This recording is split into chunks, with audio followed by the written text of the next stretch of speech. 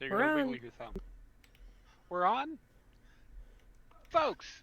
Welcome to the latest episode of TDK's Iron Heroes. I am the oblivious dungeon master, Lee Kim the Learned, and I handle this party of stalwart adventurers. And I will have them introduce themselves to you right now. Laura, could you please start us off? Hi, my audio turned off randomly. But I'm back. I'm back now. So, right? Y'all can hear me, right? Okay. Because I don't know why it happened. Um, I'm Laura, and I play Dan Fasten, and he's a rock genasi. And he doesn't talk much, so we're gonna be just fine today. Don't worry about it. Excellent. And next on our list is Nathan. Could you please tell us who you're playing? What's going on, everybody? It's Nathan. Go by he, him pronouns, and I'll be playing Theoden Silver Swordbreak. Ooh, he's Theoden Silver something in another game I'm playing. He's a dwarf forge cleric. He goes by he, him pronouns as well. Excellent. Next on our list of stalwart heroes is Rich. Could you tell us who you're playing? Hi, I'm Rich. I use he, him pronouns, and I am playing Ray. Wow, I'm making fun of you for not remembering your last name, and then I forgot it. I play Ray Gracefallen. They use they, them pronouns, and they are in Eldritch Knight Fallen Asimar. Excellent. And last but certainly not least is Amy. Could you tell us who you're playing, ma'am? Hi, I'm playing Nesh. She is a half elf, half orc evoker mage, and hopefully won't burn everything down today. Excellent. These are all wonderful characters, folks. But before we begin, I would like to tell you about our sponsors and our supporters, without which our channel would not be. First and foremost, we have Heroic Maps. They provide all the wonderful maps you see on many of our shows. Next, we have Tabletop Loot. If you want dice, this is the place to go, for they have it in scads and oodles, my favorite words. And then we have the lovely Mistress of Maps, Devin Rue. Go to her site and see her wonderful creations. I'm jealous every time I go to visit. And if you need that perfect scent for the TPK that's about to happen to your party, go to Cantrip Candles. I'm certain they have something that will mediate the loss of these wonderful characters that are about to die. And one of our supporters, without which we could not be here, is Roll20, the very table on which we roll. And last, when we left our heroes, they were on the road to North Anchor, the city, the sister city, if you will, of Irongate, where Nesh's grandmother, Sin Hydemark, a figure of renown in certain circles, who was involved with the imprisonment of certain nasty ne'er-do-well Death Knights. And they hope to find the spell she used so those who have been freed can be captured once more. They were, I don't want to say chased out of Irongate, that's too harsh. Uh, Cultists of Amon Ibor, the Sibilant Beast, chased them as they left their city. And on the road, they were somewhat paranoid, looking around, seeing monsters in all shadows. Or maybe that was just Nesh in her notebook. There it is. But one of the scouts found that there was a really poorly designed ambush. And it was in Cyclops hiding behind a tree that he thought covered him. And when he needed to talk to the group, he held up his translator, a halfling named Nesmith that he kept in his pouch. The party fought this massive creature, and in the end he died ignobly as he lived, on his back covered in grease. And next, party spoke to Nesmith. He told them that the Cyclopses were coming down out of the mountains. He did not know why. He could speak giant. That's the only reason he lived. He was from a merchant train heading from North Anchor to Iron Gate, a common thing on this road. But they brought him along, and the caravan was moving into the valley of North Anchor. That's where we left off last time. We pick up right where we left off, and we'll do so on a new map. Yay! New map. New map. Ooh. Behold, the city of North Anchor. Ooh. I'm gonna have to zoom out for this. Oh. Hot damn. You are following the basically the West River Road, which would be this road over here, if you can see where I'm Alrighty. parked. And you're coming down off of the hills that surround this valley that this city was built in. And it's a massive city, but unlike Iron Gate, which is a walled fortress of a city built to withstand not just months but years of siege, North Anchor was built much later when the Iron Kingdom was, or the Iron Kingdom, when the Great Kingdom was more settled and this region was pacified.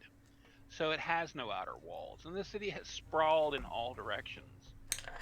But for Nesh, this was home for many years. So, what does the party do as you approach the city? Nesh, could you lead us to your grandmother's house? Yeah, I think so. Are we We supposed can't hear to? you, Amy. Can you hear me now? Still can't hear you. And please, folks, don't read her lips.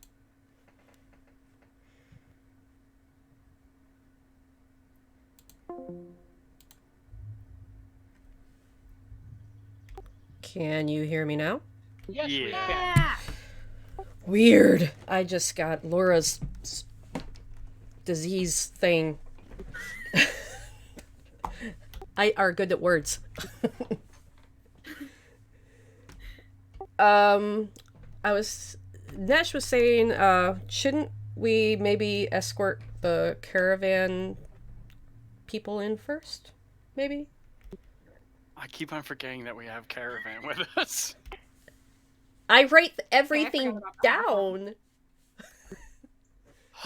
Yeah, I Well, guess I don't, but she does. So I guess we should make sure that they get to their destination and do what they need to do.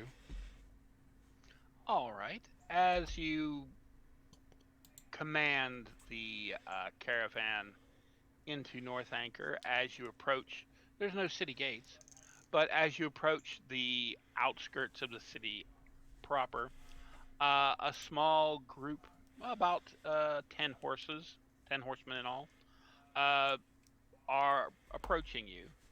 And one is holding the banner of North Anchor, which, surprisingly enough, is a red anchor on a blue field. Really, really complicated. And one man holds up his hands. Halt! Prepared to be inspected by the city excise. Ray's just gonna look to the rest of the party and be like, "Isn't this cute?" They can't. They didn't think to put up a wall to protect their city, and so they send out just a handful of people. Like this could stop anybody who really wanted to take this city. The hell's an excise? taxes. They approach, and the man who did the speaking for looks around. He's an officious man. Looks at his paperwork and says, "All right, you're the which caravan from Iron Gate are you?" He looks at the group of. Let's put this way. You notice that most of the Wagoneers and guards have sort of pulled back from the front, and so it really looks like you guys stepped forward. We're the busy one. Let's go. Mm, then I will need to see your logbooks, please. Yeah, it's in the very back. Just keep walking. Let's go. Didn't we like do something to make it look like this was always ours? I can't remember. Yeah, you had Nesh sign a few documents with other people's signatures. Yeah. Our efficient is that one right there, the one that's kind of weaseling out, the one that I'm pointing to. That, but just be nice, okay? I'm pointing at Nesh. Be nice to her, cause if not, you go splat. Just trust me on this. She's finally like really small behind Dan now because of that. He looks. Do you have the logbooks, ma'am? Just thrust him out behind Dan's left ear. This man who is so self-important does not see Dan as a threat at all. He comes, takes the notebooks. You punch? But I would. He takes the books, he opens them, looks them over. Just The a dungeon loud master like makes a roll. Rock Genasi knuckle crack. He looks Got at these all look in order, exemplary work. He closes the books and looks at his own papers. After looking at your log, he basically repeats what you're carrying. No high taxes on these. All right, your tax stamp will cover the cost. You may enter the city. So that was all worthless, like I thought. Okay, bye. Thank Bye. you. Thank you so XI much. Yeah, we're Captain. giving him all shit. Yeah, he's pointedly ignoring Theoden. Oh, Ray's giving him shit too. They What like I give asked him you like to a do. mock bow. That's what I ask you to do first is ignore us. No, gotta look at the log books like we didn't fake those. All right, bye. Yes, he's making notes of this caravan. They're going to get searched every time they come in the city. We won't be with them. Blah. Want a cavity search? Just let me know. Suckers. So you head into the city, or you and the caravan does, and I'm assuming you part ways there, or what? I guess, yeah. Like Yeah, know where you're going, right? We had that guy that was like leading it. Remember from I forgot what Yeah. his name Yeah. was. We basically threatened him a little bit and tell him to go get the stuff done. Mhm. Yeah. Okay, as he tells you he will, he begins ordering the men around the caravan to snap to. Let's get this done with. And you four head off. Well, no, you're five. Oh Nesmith. yeah. Yeah, Nesmith Well, is with you. halfling. Oh, is he still with us? So it's Don't just you have four, somewhere to be? 4.5. No, really? I thought I would travel with you. You're very interesting people. You're not. Go away. But I could tell your stories and see that you're famous throughout the Flanness. No, Well, thank you. I already have 2 sonnets and 1 epic started. I mean, the songs will be just... Can I see those notes? Can I see them?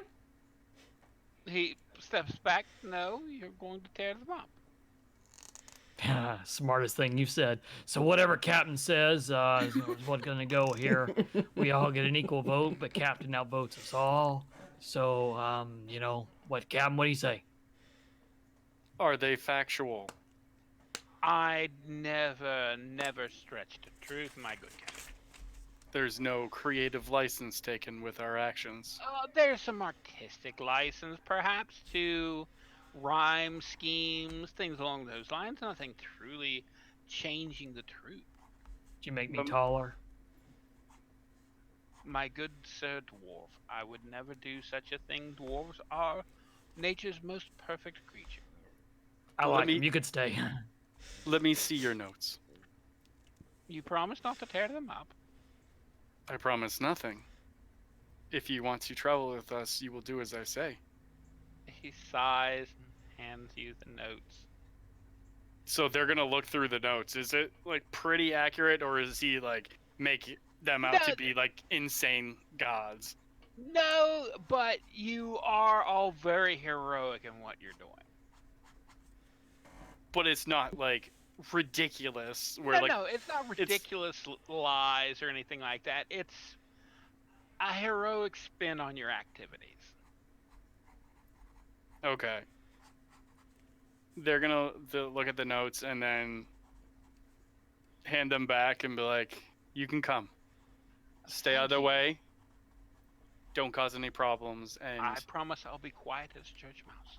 we get final say on whatever you actually release." Of course, Captain. As they walk to wherever they're going, at some point Dan is just gonna lean down, for in his ear and just say, "Gonna write about me, the shadows, okay? Just I'll do my best, Sir Dan. As he So- looms over this figure. yeah. So, Nash, you lead them through streets that you know quite well, having grown up in them when you were much younger. There are some people you see that, nod and wave to you and, call, "When did you get back?" Who she pleasantly avoids. She just does like a quick wave and then ducks somewhere. You don't want to talk to them further? They seem to really like you. Nothing but busybodies. That's like You- the fifth person that's said hi. They're all busybodies? Yeah. Okay. You move through the city and you move clearly into a more affluent area of the city. Here, the houses actually have yards.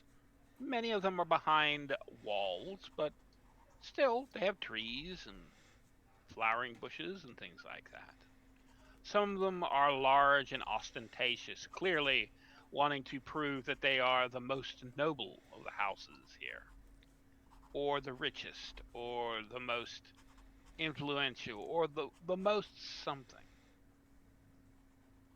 While they're walking through this area, if there's any like flowers that like stick out on like the public side of the wall, Ray will just start taking like from each house just like a flower from the trees. Not a problem right now. Everything seems to be blooming and bursting with color. Easily.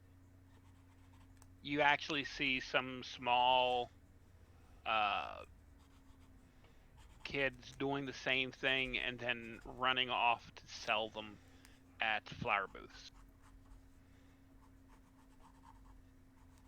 Industrious little chaps. Indeed, they are. But you head up a cobblestone street. Normally, cobblestones are rounded and protrude up to make it easier when the roads are wet, so that you get firm traction. But these cobblestones have been walked on a great deal, and they're almost smooth. And the houses here are older, more stately rather than ostentatious. The trees are larger and loom over the road, creating a living bower in which you're walking. There aren't as many people on these streets. It's quiet. It's early in the morning. Um, you hear the cacophony of birds in the canopies above, singing all forms of early spring songs. And Nesh, you lead them to your grandmother's house, Hydemark Manor. It's the one she keeps here in the city. It's not the one she has outside the city, which is much larger. And this one, behind its wall, you see sunlight reflecting off the glass dome of the arboretum that is attached to the home. There is a large round tower that sticks up 2 stories above the already 3-story home. So it's a tower that's 5 stories. And there is terracotta tiles on the roofs. And it's an impressive estate, even though it's not nearly as gaudy as the ones you saw earlier. There is um, a gate that leads into the grounds, and standing in front of it is, well, he's actually sitting on a chair under a small roof. He has something that he's peeling, and there's a crossbow laid by the chair. Nesh, you know him as one of your grandmother's oldest retainers. His name is Bertram. Should we be calling you Lady Nesh? Not if you want to live. I didn't realize you came from such a well-to-do family. That's why I don't talk to busybodies.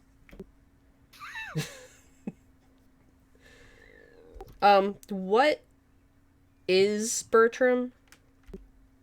Bertram is, well, he looks perfectly human, with a slight little paunch as he's gotten older, slightly receding hairline. But you know for a fact under that slouched hat he always wears, there are 2 slightly pointed ears. Bertram is a half elf. Okay. I guess she will run towards Bertram. He looks up at the movement, and habitually at the hand drops to the crossbow. Then he sees who it is. Lady Nash, he says as he stands up, puts the apple he was peeling down. Do you run up to shake his hand, salute him, curtsy, what? Um, Tackle him to the ground for calling me Lady Nish. Okay, you tackle him to the ground. He rolls with it to, it looks good. It's proving she is so powerful. As he laughs, it's good to have you back. Excuse me, Nesh. That's better. We don't talk like that around here. True, but you are a lady and your grandmother's heir. Is Grandma here? I'll introduce you. Just give me a minute. He stands up and he sets Nesh on her feet, and dusts off his clothes. Who are your friends? Your grandmother, yes, she's in residence. She'll point at Ray first and say, "There, Ray." And then at Theroden and say, "That's the dwarf." And then at Dan and say, "This is Dan." Oh yeah, I guess the dwarf's name is Theroden, so. Yes, your ladyship. I'm gonna come up with something good for that, but not right now. Yeah, Bertram, he nods his head to all three as they're introduced. It's a pleasure to meet friends of Nesh. He's opening a what brings you here? Asks as he opens the gate. When you left, you made sort of clear that you weren't going to be back for at least a season. Yeah, something kind of came up, and we ran into a little snag, and we need some information from Grandma. Should I be holding my crossbow a bit more warily while you're here? Maybe. So we were chased out of town, so I don't know. What? He has chased out of what town? We were leaving, and people decided to chase after us. We were not run out of town. Just to clarify. Told you we should have killed him. I get chased a lot. He sighs, and then you best go in. He opens the gate, steps back. She's in the arboretum. I hope that means there's cookies. Not in that room, though. Probably not, but I'll tell Hung you're here, and he'll make your favor. As we walk in, Ray is just gonna turn to Nesmith and be like, "This is all off the record." Of course, he puts his notes away. I wouldn't She think of she writing did them down. not introduce that little halfling either because she doesn't know who the fuck he is. And so she just looks at him and then looks at Bertram and says, "You can stay with Bertram." He steps back. Of course, Lady Nesh. He Leave looks that up out at of your Bertram. book. Yes, ma'am. I didn't know she was a lady. It's spelled Lady. Yeah, yes, Master Dwarf. I appreciate your correction of my already correct spelling. Oh, it's so nice to take the focus and shift it. So, you lead them into Hydemark Manor. The grounds are immaculately kept. There are just outside. There are plants that are not native to this area. They're native to the climate, but there are plants that are from as far off as Ket, amongst the local plant life. And I assume you head for the front door or the side door to the arboretum. We'll go to the arboretum. Okay. You head down a flagstone path this time. You see a fountain. All of you do, and there's actually water coming out of the statue that is in the center of the fountain. Being a dwarf and a master of stone cutting, Theoden, you can tell that this is marble.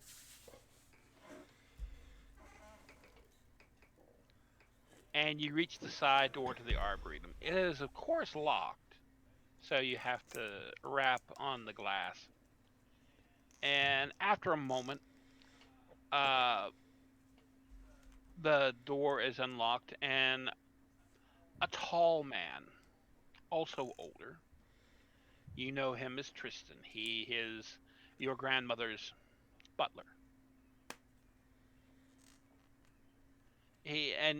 He refers to you as Nesh. He always knows not to use lady. Nesh, as he opens the door, what are you doing back so soon?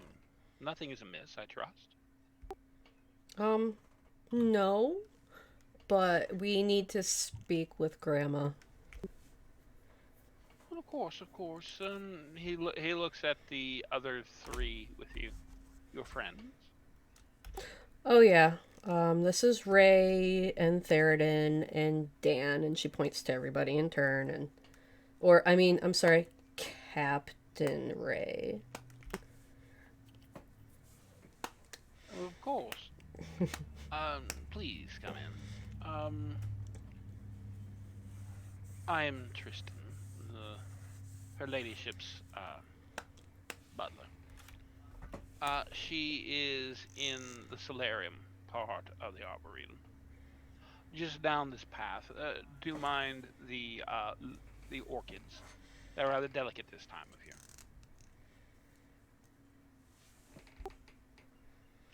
Yeah, And, we knew that. and I assume you all traipse along after Nesh. Sure. Yeah, Theoden is being very careful to not touch anything because everything in here looks more expensive than anything he's ever owned. It's almost like when you go to your grandmother's house and there's all the what you think is like fine china and the cabinets and everything, and basically there's like plastic on the couches, and you don't sit or do anything. You just kind of stand there, and be like, "Well, when can I get out of here and break something?" That's kind of what Theoden's going through his head. Why are the couches and the carpet always white at Grandma's house? I don't know. It's crazy. In the arboretum, there are more exotic plants. Um, and I mean truly exotic. You see a fern that is various shades of red and orange aflame. It just seems to be producing its own fire.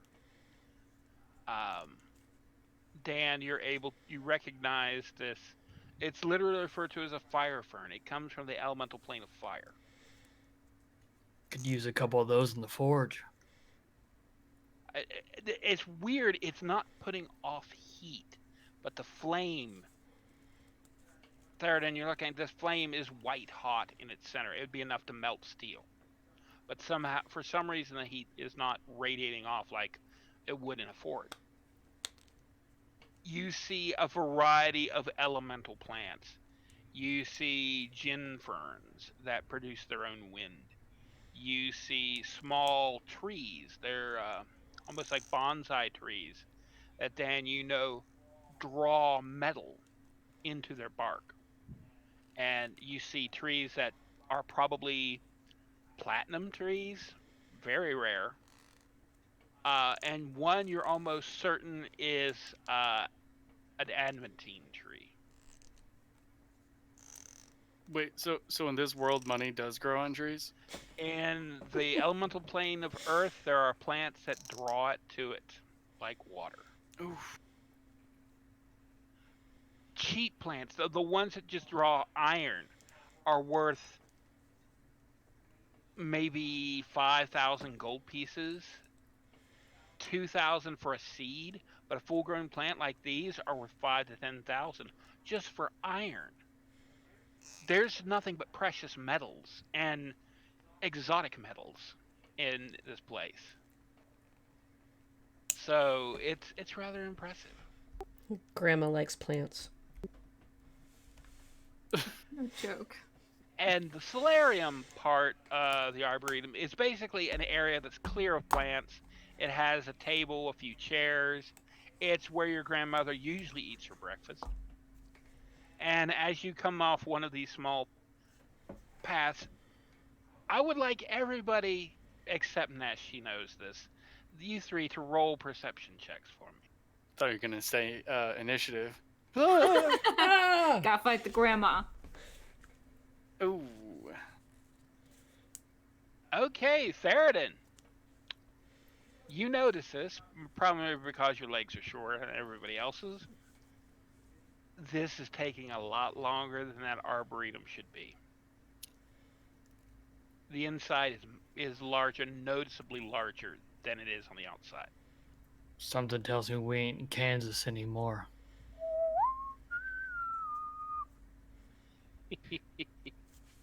That's why I'm in such good shape. Ray is too busy still looking at like the platinum trees. Nesh, how were you even allowed in here with all your fire and propensity to break shit? Grandma said no. That means no.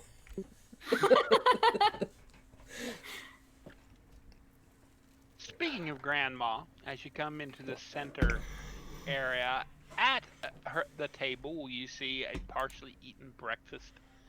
Before you see a human woman of older years. There's gray going through her red hair. But still, she's quite beautiful, quite uh, striking in that beauty. And she has a broadsheet of North Anchor open, reading it. And she folds it and puts it down as she hears the group approach. And her eyes light up when she sees Nesh. And she smiles. Nesh, darling, what a lovely surprise it is this morning. Yeah, I'm back before I thought I'd be back. This is great. It is. Come give Grandma a hug. And she does. She gives you a hug and looks over your shoulders at the other three. Uh, Again, she is dressed like everybody's grandmother. But those eyes are calculating. And all businesslike as she looks the three of you over. And who are your friends? Her voice still pleasant in tone and demeanor. I don't know, Grandma might be in a mood. Um, as she did in the past, she introduces Ray and Dan and Theoden and says, "This is my grandmother. Uh, I don't know if I should call her, like, for them, like, Lady Hydemark. What is she usually like for Her strangers?" actual title is Countess, but when she's introduced to friends of the family, lady is usually enough. Or Yeah, you can so just call her grandma, and she would be all right with that too. yeah, but they don't want to call her grandma. I mean, they might. Theoden might. He's weird, but so yeah, she'll introduce her as Lady Hydemark then. So when you're doing the introductions and you get to Ray, Ray will be like, "Yes, I am a sergeant in the Iron Gate Army." How But you wonderful were to know. promoted on the road. Theoden said so. It was a grand ceremony. Touching. Touching, even. Don't listen She, to them. she nods and then looks at Theoden and then at Dan. These are interesting companions, Nash. And Nash knows the word interesting in your mother's or your grandmother's lexicon can mean several things. Interesting can mean actually interesting, or it can mean I'm going to kill them later. Why are they here? And you're not exactly sure which variant she means at the moment. I know Grandma's very astute and probably has figured out kind of lineage ish stuff in as it pertains to where we were. So she just kind of, yeah. So, we need some information, maybe. I see. And is it information that I should give you? Or should I simply send you to someone else? Because I recognize family trees in the three behind you that should not be together. And Yeah, if they but are, there can be only one reason. it would be faster for me if you would just give us the information that we need here, Any because we really don't want to go to Grandpa's house right now. any time that we waste is more time for these evil fiends to wreak havoc upon the world. And who the hell's Grandpa? No mention of him. Well, And it's leans really in and says, usually parents come in pairs, and when they're the parents of parents, grandma and the man is the grandpa. You don't know anything about dwarves, do you? Think about that. Yeah. He does, or he tries. well. So Technically, it's not Grandpa's house anymore because he's passed away. But it's my dad lives there, so I don't really want to go see Dad right now. Oh, the dad that we talked about earlier, Yeah. dad, yeah, dad. Um, Yes, so you're Augur. Countess. Okay, I'm assuming there's not good holiday connections on that one. Um, your ladyship, is this something you can help us with? Because if not, we honestly need to go. She sets back down. I spent several months designing the spells to make that prison unbreakable. The fact that they are out bothers me, and reflects poorly on my craft. I do not believe that they broke out of their own volition. I think they had help. But it still sucks for you. She looks at Theoden. Your ladyship. I'm sorry, ma'am. Countess. Ma'am. Sorry. Yeah, wasn't dwarven. Indeed. The information you seek, I possess. But it isn't something I can simply hand over to you. Not because you do not choose to,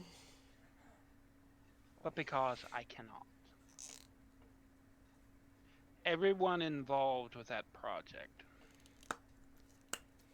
was forced to swear against oath to never reveal our part in it while we live, that is. You don't have to reveal your part. It was revealed for you. Nesh pokes Dan. Stop thinking about it. I understand that that's the way you see it, but it still binds me from revealing the information you need. Can you just cast it again? She looks at him. I could, if they were in their prisons. Did you happen to gather all 13 and put them in a nice little box for me? We're working on it. We're working on it. It's in the plans. It's a step process. Yeah, process, like Dan said. Do you happen to have any advice that could potentially aid us in that endeavor? That wouldn't break your oath? Do you have access to one or two armies? A few ancient worms, perhaps? All right, ma'am, lady, countess ship. You know we don't. So can we skip to the part where we can actually do something about this? You're going to need something very powerful There you go. That's what we're looking for. You got it? and very dangerous. Do I possess it? No. I wouldn't actually mess with this. And the very idea that my beloved granddaughter is considering this concerns me. It's all her idea, really.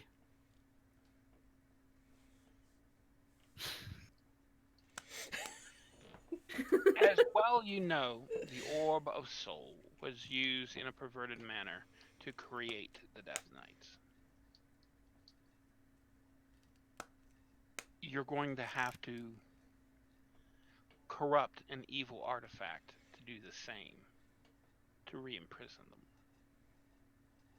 Yes, I know those words don't actually go together. Corrupting evil doesn't sound like a logical connection, but if you turn something evil to good, isn't that the same thing?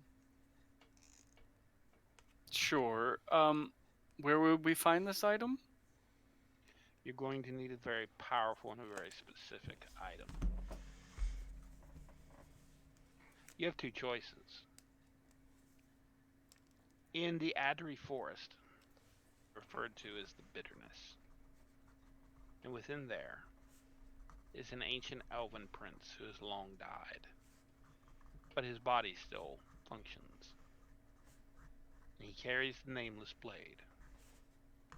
That is powerful enough if corrupted or lifted back to good, would create enough power for you to gather the Death Knights. Perhaps not Kargoth himself, but he is special. There is another place, far closer. She looks at Nesh. Your grandfather's spear.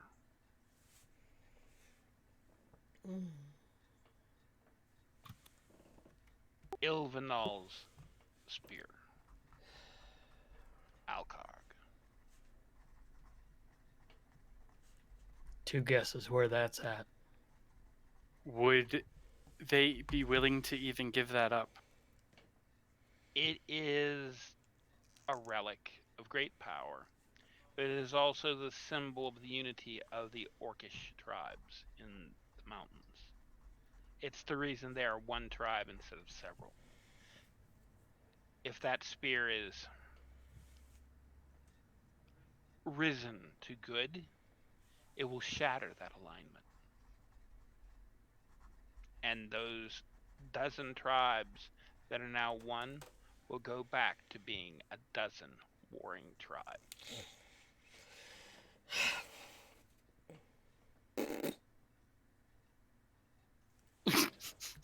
That Neither doesn't neither sound good.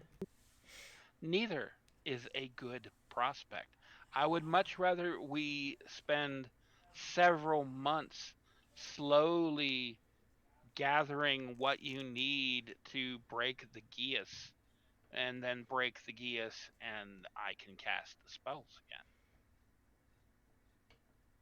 again. We don't have that time. I understand. So the alternative, neither is pleasant.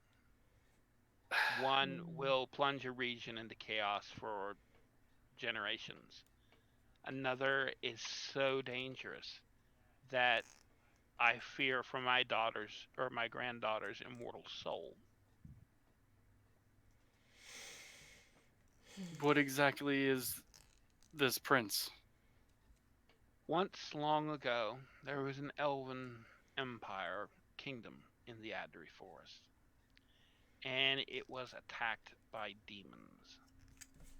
So the prince, who was a powerful wizard, poured all of his magic and all of his hate into the Nameless Blade to destroy these demons. But his hate was so strong that in his hands he could not tell friend from foe, and he slew his entire kingdom. When he realized this, he went back to his throne and sat down, the blade across his legs, unwilling to move on because he so shamed himself, but unwilling to die. He sits there still, the blade across his knees, his grief freezing the area around his castle, turning it into the bitterness. Are any of us familiar with that? Um, I'll let you roll a history check. Anyone who is proficient in history. I am not proficient. I'm an idiot. Theroden actually I'm has heard this. proficient. You've actually heard of this place.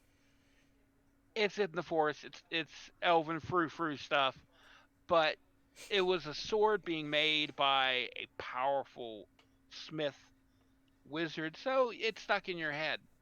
And yeah, she's right. This guy is probably an elven version of a lich on the level of a Setarak, and he carries a sword powerful enough to slay demons where they stand. Yeah, not a good place to go. Really just like trying to stop a headache from forming. Let me just check our level real quick. Oh, so 3.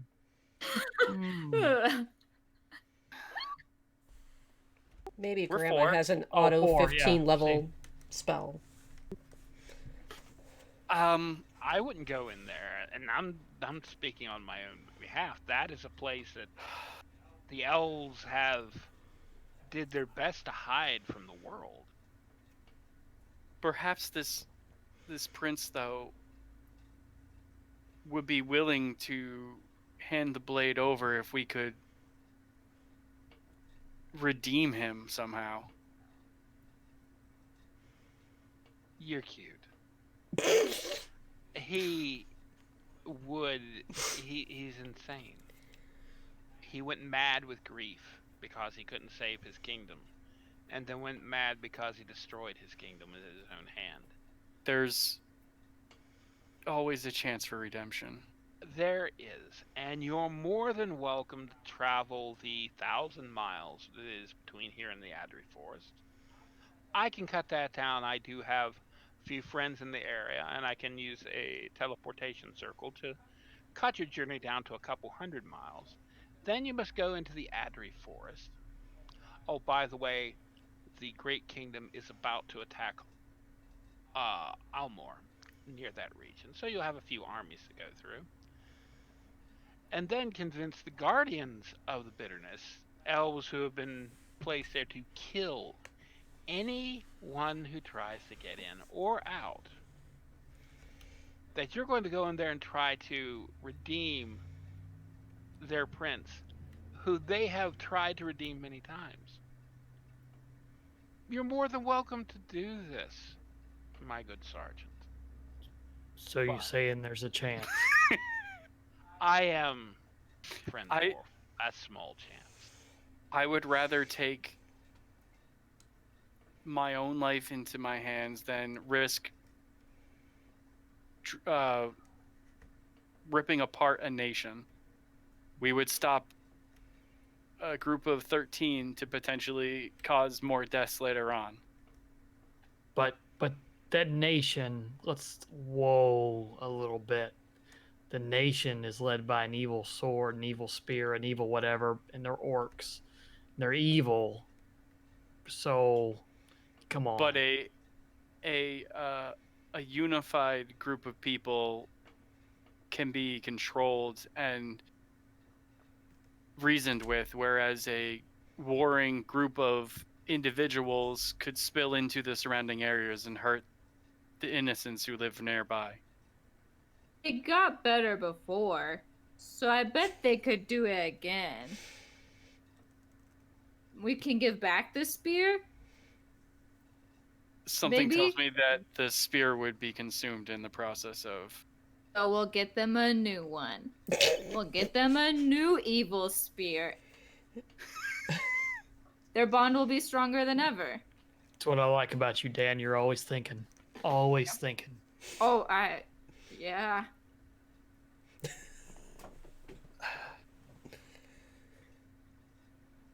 One sounds impossible, and one sounds like we already have an in. Have a lot of time. Nesh is a blood heir to Doracor, the orc who unified the tribe. The wards would not stop her. So we just knock them off, and Nesh gets the spear. Yeah, sure. She could get access to the spear. If she wants to take rulership of the 12 tribes, she can try. I will support her in this. I still have some say amongst the nations. But I have to fight someone for it because we know I'm not that great at the fighting. Your kin are orcs, dear. They fight to find out who's going to be first in line to the toilet. That quick fire. You're scary. Fire bad.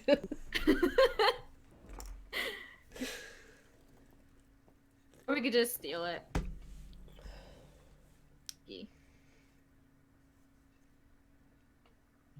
Nesh, this is kind of on you. I'm only here to provide options. Well, it sounds like we unfortunately only have one choice, regardless. I'm gonna need a lot of cookies for this, Grandma. I'm sure Hung is baking them even now, dear. Grandma never makes cookies.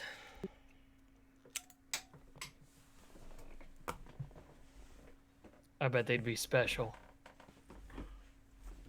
When I do choose to bake, they are rather special, but once you've made a decision, you can have one of my cookies.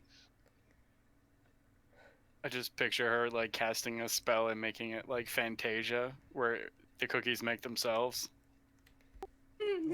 They won't be like those polymorph cookies like that one time, right? No, that was an experiment. Nesh, what do you want to do? I don't want to do either of them, but We're done. game over. Adventure over. Duh, we're done. Go hide in a See you cave. later. Everybody went back to their lives, and the world ended. Yeah, it's mine. I guess we're going to Daddy's house.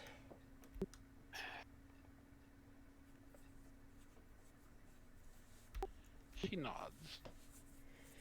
And she goes over to her table, and there is, of course, a small box on it. And she opens it, and out of it she brings a cookie on a little napkin. The cookie is about, 3, 4 inches across, one of your grandmother's finest. As she hands it to you, and she looks to the other three. Here, have some butterscotch candies. Oh my god, butterscotch candies. I'll just put those in my pocket. Laura's You don't dying. You don't have like a red and white mint candy, perhaps, or Strawberry. Oh, yes. Peppermint, yes. This is bullshit. I want a cookie.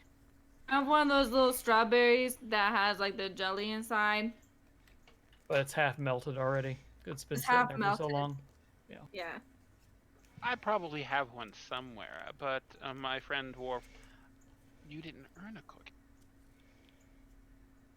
I'm not going on the quest. I'm not doing any of this stuff. No, my bad. you're not. You're also not my granddaughter. Yeah, I've always heard it was rude to give your some people some things when the other people in the room, but that's just dwarven. It's dwarven thing. It's dwarven thing. You would. It's okay. Yes, And then dwarves. yeah. Dwarves are rather weird that way. Yeah, we share cookies. You're right. Totally weird. Totally weird. Dan leans over to Faradin. He likes to do that today. And he says, pretend nice. She's not real nice. Oh yeah. Yeah, you're right. She's Where's like- that Hong guy? She's rich Didn't he people actually have nice. cookies? Yeah, yeah. Yeah. Snotty. Hung arrives. Hung is a dwarf. Nah. There you go. I knew you liked you. Some damn good cookies here. And he bows to everyone, and he's not from around here. He is from far west, from the Baklunish west.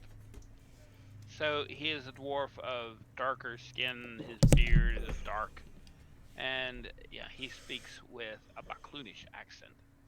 As he sees Nesh has one of her grandmother's cookies. He turns to the other and bows. I have completed these cookies for young Nesh here, but I see I have been beaten by her grandmother again. It is terrible. But these cookies are wonderful. By all means, partake. Thanks. We're gonna need about four more batches of this right here. Okay. Thanks. Appreciate that. Do you all want any? yes. 5 batches. Okay. He's greedy. It's a long ride. And Sin says, "Who said anything about riding?" Are we gonna get to fly? No, I have a teleportation circle with a rune. Remember It's we just discussed like this. I don't pay attention. Do you all talk a lot and we're gonna go here and she's gonna help us. She didn't really help us. Now we gotta go see this other guy and we're gonna and then I just want a damn cookie. She's gonna give you a polymorph cookie and turn you into like a rat or something. I deserve it. I would think that the teleportation circle doesn't seem to be working now. You're going to have to take the long way. No, we would greatly Only appreciate Theoden. the circle. But I have the special passage cookie. It'll work for you, dear, but I'm sorry it doesn't seem to accept dwarves today, and I don't Oh, think that'd you be want too to leave bad. it alone. Send your granddaughter all by herself to some dangerous place without her bodyguards. Her father is home. I'm She'd be sure they safe love there. her. She is here. Ray is going to pat Theoden on the back real hard and be like, "My friend here is just joking around." Cookie.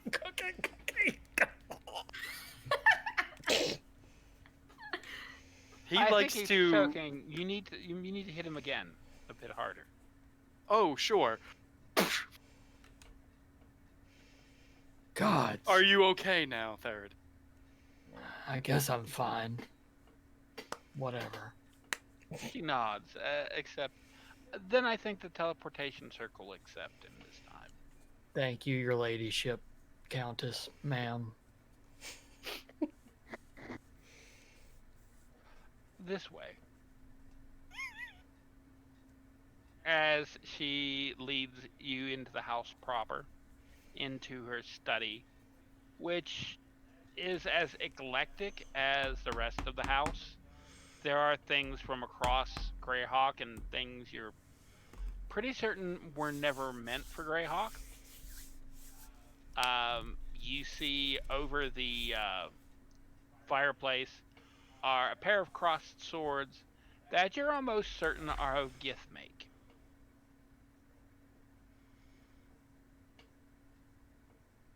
And she goes to a rug and she draws it back, and there on the floor is a teleportation circle.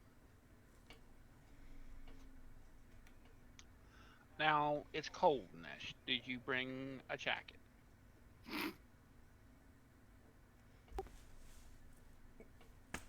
All right, she goes to No. the closet. I have one here. Let me see. Here, she brings you a jacket and holds out an arm for you. Yes, she's going to dress you. Oh my god. Does it have little like mittens sewn into Yeah. the sleeves? Yes, on little cords. Her name And is then she- written in the tag. And I then can't she put my gets- arms down. And she then gets a scarf to wrap around, keep your face warm, and a hood, and then a toboggan. She's like, Yeah, pretty much. Yeah, all pretty much showing is your eyes. Do you three need winter wear? Nesh says, will- you say you should probably get this thing. She thinks you're all right, but I would like to give you something to keep warm. And she produces 3 more coats, all seemingly of your size, all with mittens on strings. And she hands each to you, and she pauses. Do you need any help getting them on? No, I think we're fine. No, I want to make sure I put them on in the winter. When it's cold, that way I feel like if I put it on too early, it's like inside. Then you don't get the full effect when you get into the cold. Where's the damn teleportation? Where's that thing? Circle's right there. But I would like to make sure you're all prepared for the cold weather of Ilvanal's Fist. It is really cold. We will be fine. I appreciate your concern, but time is of the essence. Theoden gives back Man. one of the mittens. She takes a mitten back. All right. Here's scarves for each of you, Thank you. and there's some candy in each pocket. Road candy. From last year. Woo! Pocket candy. That's good. She says, "Now step into the circle." Bertram mentioned that you have a companion outside. Nah, not really. We it's don't even know the guy. It's best to leave him behind. Well, as you wish, as you wish. I'll have Bertram send to nearby inn with enough monies to keep him well off until you return. He's from We appreciate Northaker. He can find his way around. Just send him away. It's okay. Are you sure? I mean, he's your friend. I don't want to just. We make you feel literally just unwell. met him yesterday. It's okay. Friend's a strong word.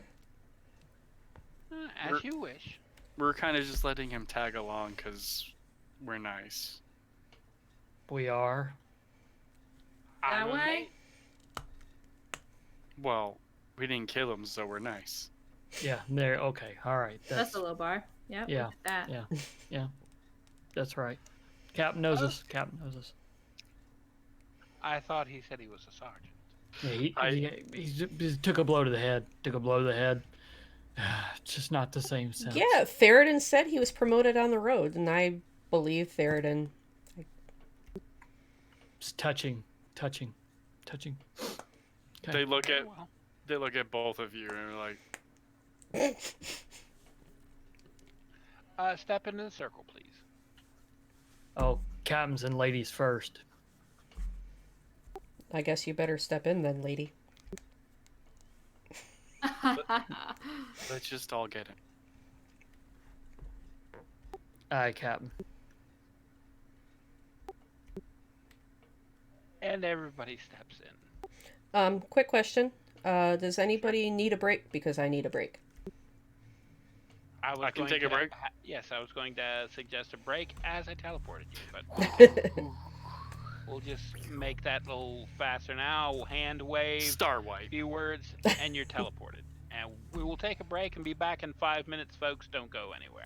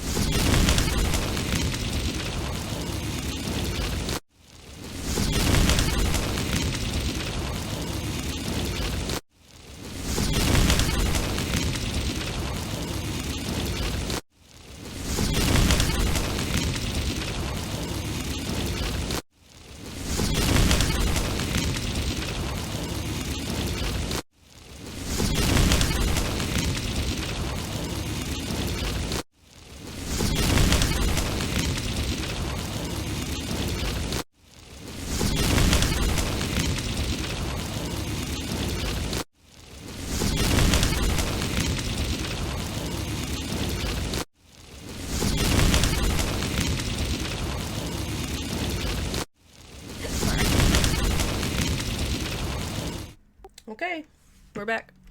Hello, folks. We're back, and I see that Securitas RP is raiding with Party of Seven.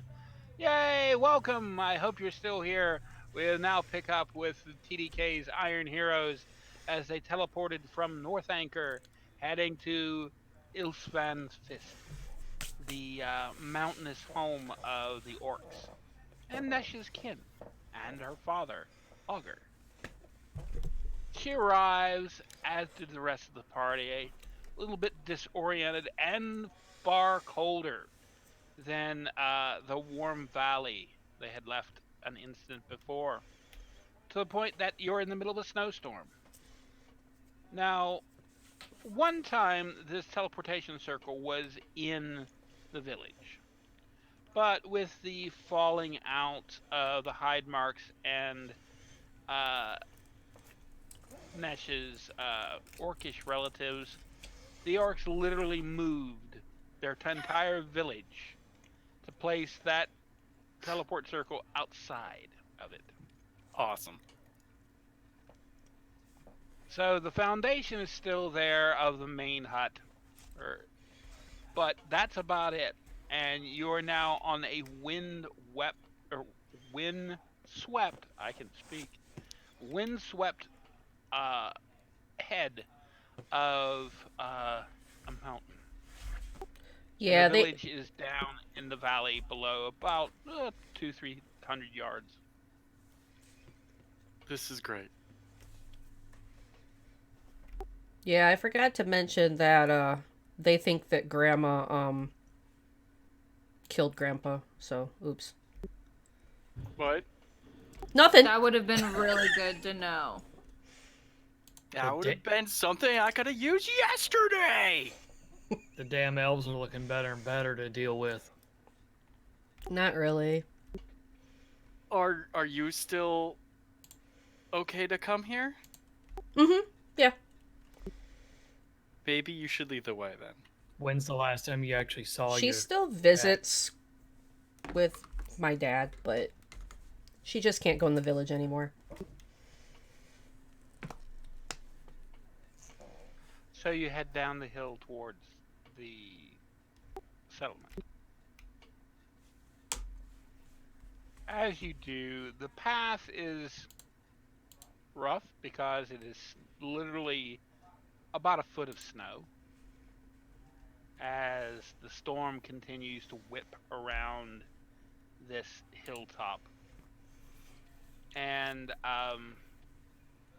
those coats she gave you, I assume you're all now putting on with great alacrity. Yeah. Excellent.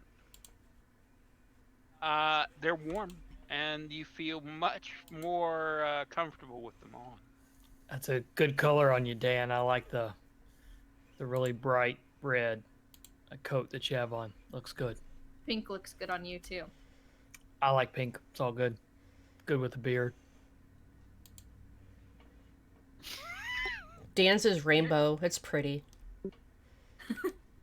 As you're headed down the path, um, a large crossbow bolt slams into the ground before you. And from the near blizzard conditions emerges 3 orcs. Now, you're used to orcs of the lowlands, those that scrabble for food and land and whatever they can get. Those orcs are on the edge of desperation. So they're smaller.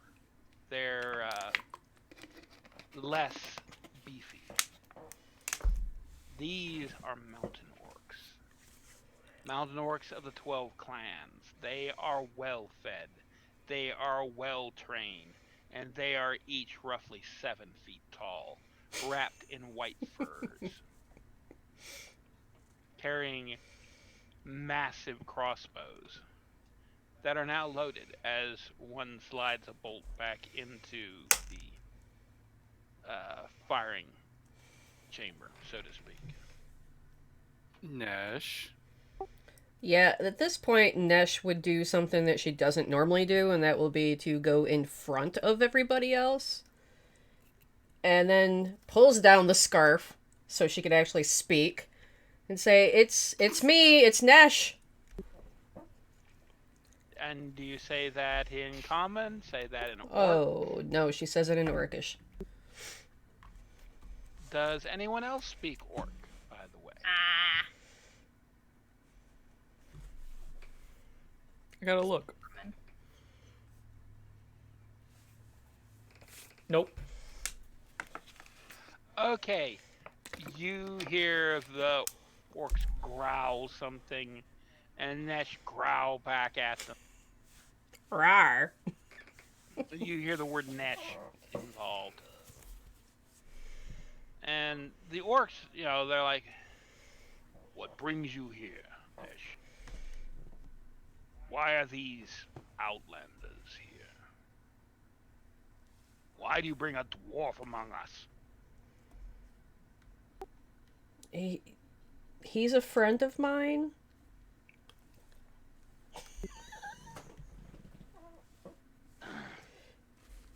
Dwarven friend. This is your grandmother's doing, no doubt. He comes, and then he goes to speaking common. So, you are friends of Nesh. Yes. That will buy you safe trip into our settlement. We offer you no ill will, and we appreciate the invitation. Do we though? You gotta tell them that. Well, I wasn't gonna tell him. Yeah, we plan on stealing the sword, breaking up your entire. You know, that spear system. that you all like gathered around. We kind of need it. Oh, where is that?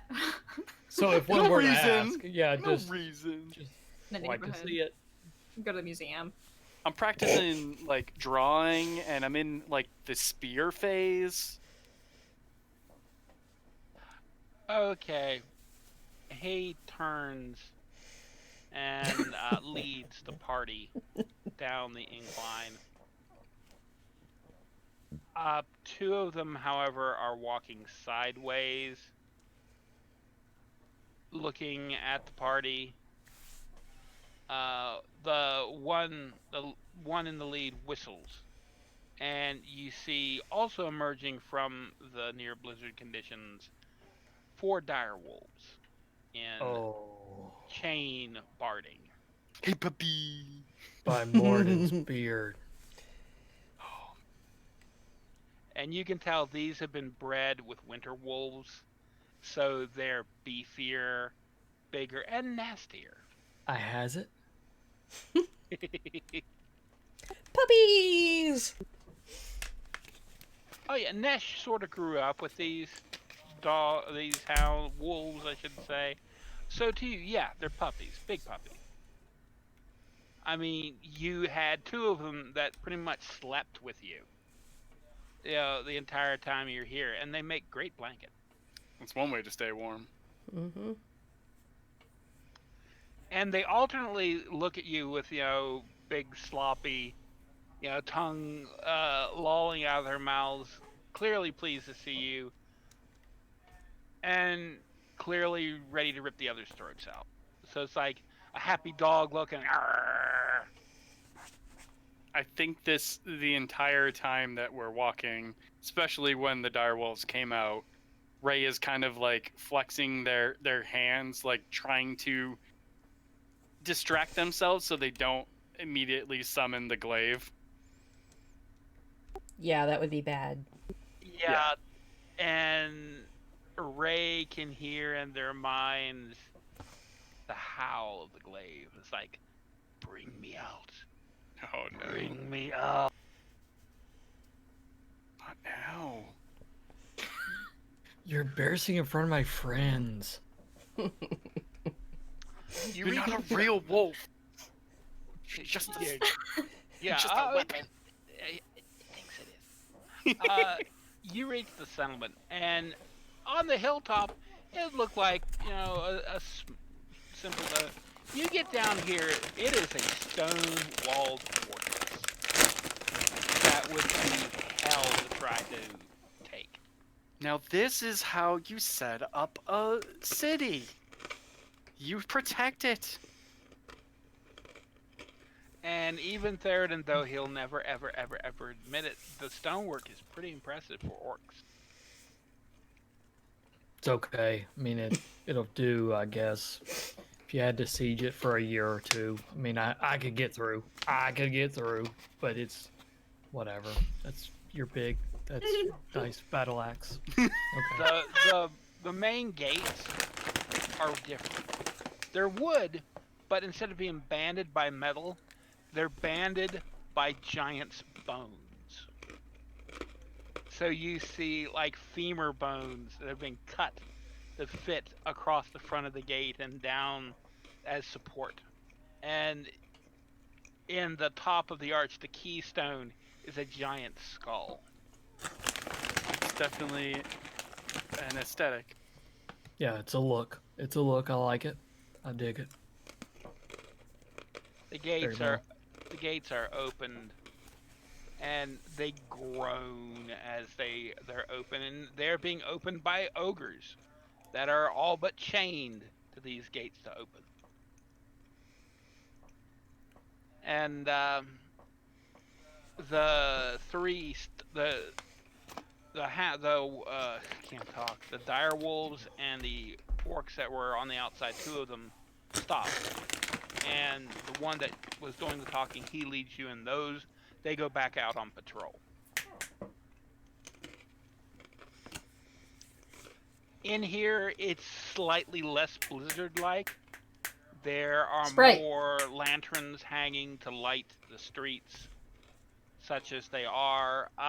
Again, it's very unlike the orcish settlements you've run into down in the lowlands.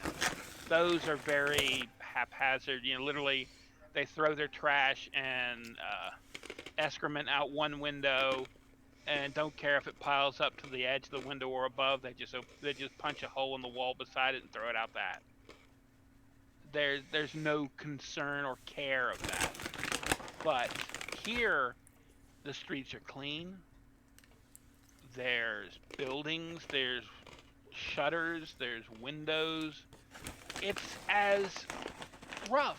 Keep in mind, it is very rough and rustic, but it is equal to anything a human would have in their town or city. And the orcs that are on the streets are all armed, all look ready for war, and are eyeing all of you like, what the hell are they doing here? Why are they not shackled? And other such things. Use the buddy system. Battle buddies! Whereas in North Anchor, Nesh got hied by several people that she avoided. The orcs, the best you get is a gruff nod. And they keep going. Hey, Greyhawk Mike, how you doing? 16 months subscribing. You are a trooper, sir. Anywho, you reach the main structure. Half fortress, keep, half steading, sort of a bit of both. And you hear laughter and merriment come from the hall as the doors are open. And they seem to be celebrating something. And as you're brought in by the lead scout, he pauses looking at the collection of orcs and hobgoblins, and there are a few goblins. There are more kobolds than you would have imagined. A few bugbears. What ogres are here are there to handle big, heavy things. It's about all you can see. And near the head of the main table, you see a bear of a woman, nearly 8 feet tall, an orc's orc. We're talking muscles upon muscles, tusks. She actually has a pair of horns coming out of her brow. And beside her, about 6.5 foot tall, well built, but nothing extravagant like the corded muscles of the orcs you see around you. A rather well dressed orc male. And the scout sort of reaches over and sort of hits a gong by the door and it rings. And, the noise of the merrymaking stops and everybody looks in your direction. Record skip. Should have tried to kill the elf. And he I'm says, saying. "We have guests, Bonebreaker." Augur nods. "I can tell my daughter. They are welcome in her house. Show them to the main table, and then you may return to your guard patrol." Yes, Bonebreaker. He turns, looks at you, and leads you and knocks people out of his way. Sends a goblin servant sprawling on the floor, laughter, as you reach the main table. And you see the Bonebreaker, the more civilized looking orc, trying to calm down the beast of a woman who clearly is not at all happy to see any of you. Stepmommy's a bitch. Her name is Vex. It's short for Vexus. And yeah, she was the lead warrior of one of the tribes. She was also their chieftain. And she got that job by killing anyone who tried to take it from her. And this was an arranged marriage to seal the alliance between her faction and your father's faction. They have had several babies, all of which have been female. He has not been able to produce a male heir, which isn't acceptable. On him though. So he comes down to Nesh. "It's good to see you again, daughter," he says, and gives you a hug. You caught me eating. I know. I've been timing it for weeks. She she wraps her arms around him and gives like the death stare to stepmom. Which is probably like, yeah, it's nothing.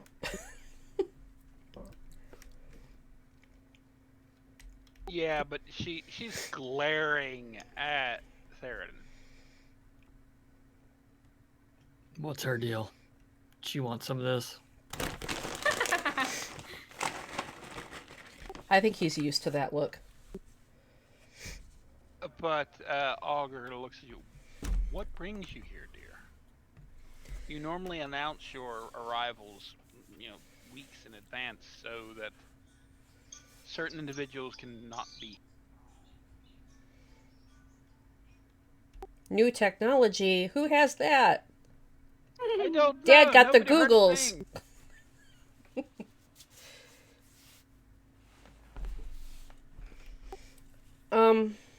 Yeah, something came up and we had to stop at Grandma's and then we had to stop here. But, could we maybe speak privately after dinner? He sighs. "Of course, dear." And Vexus pipes up. "Keeping secrets from me already, husband?" And he says, "Dear, she's my daughter. You don't like her any more than she likes you.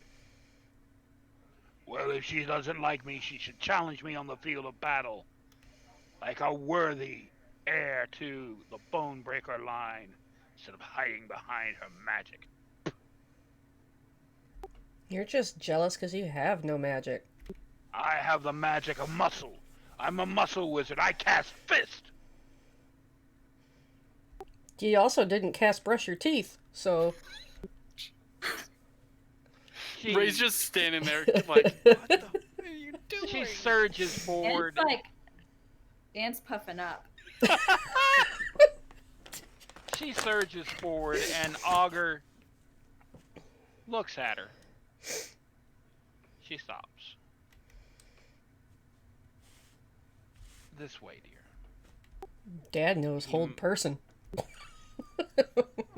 Dad is also a monk. And he looks at the rest of you. This way. You leave the grand festivities, which immediately pick back up since there's not going to be a fight. And you are taken into his trophy room, which is more his grandfather's trophy room, and he never took anything down.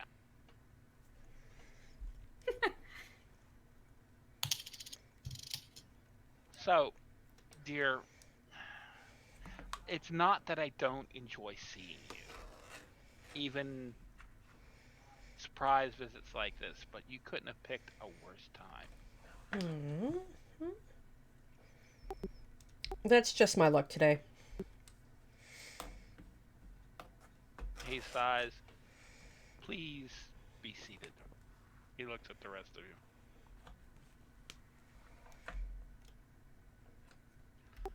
He takes a seat in a chair. What brings you here?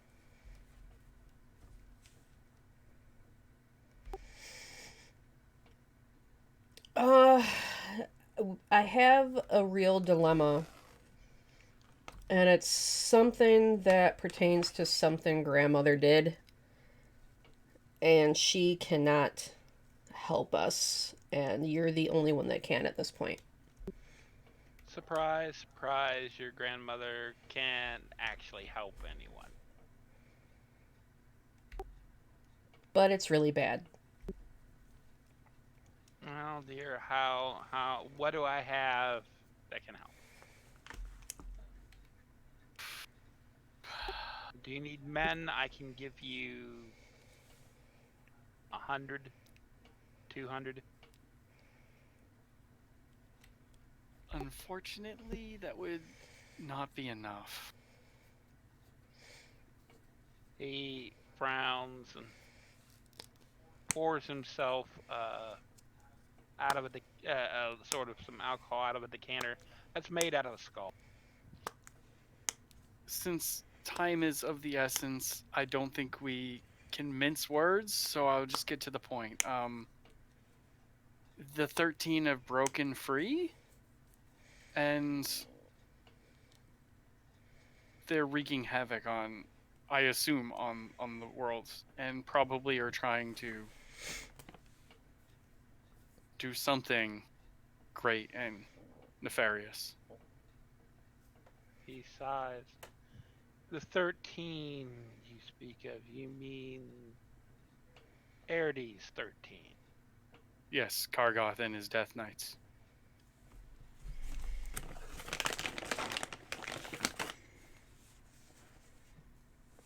They're free from their prison. We saw it with our own eyes. He swears in Orcish. Something your father very rarely does. Ooh, that's a good one. How can I help? You're not gonna like this. I already don't like what I've heard so far, so I can't imagine it being too much worse. Let's just Hold that say, thought. yeah, just hold it really tight. We need something, and we need to do something with it that's probably gonna cause some chaos here for you and everybody, which means you might need to leave. This is getting better and better. We need the spear. He looks at the dwarf. Alcarg. You need Alcarg? Why? Well, okay, so this is where Grandma comes in. Maybe she's wrong, but she basically said if we could turn the spear from bad to good, they would have the power to summon the 13 back and get them back in their prisons. If you know something she doesn't, we don't know a damn thing. I'm not a wizard. I know a few bits and bobs that I learned primarily in defense against her grandmother. But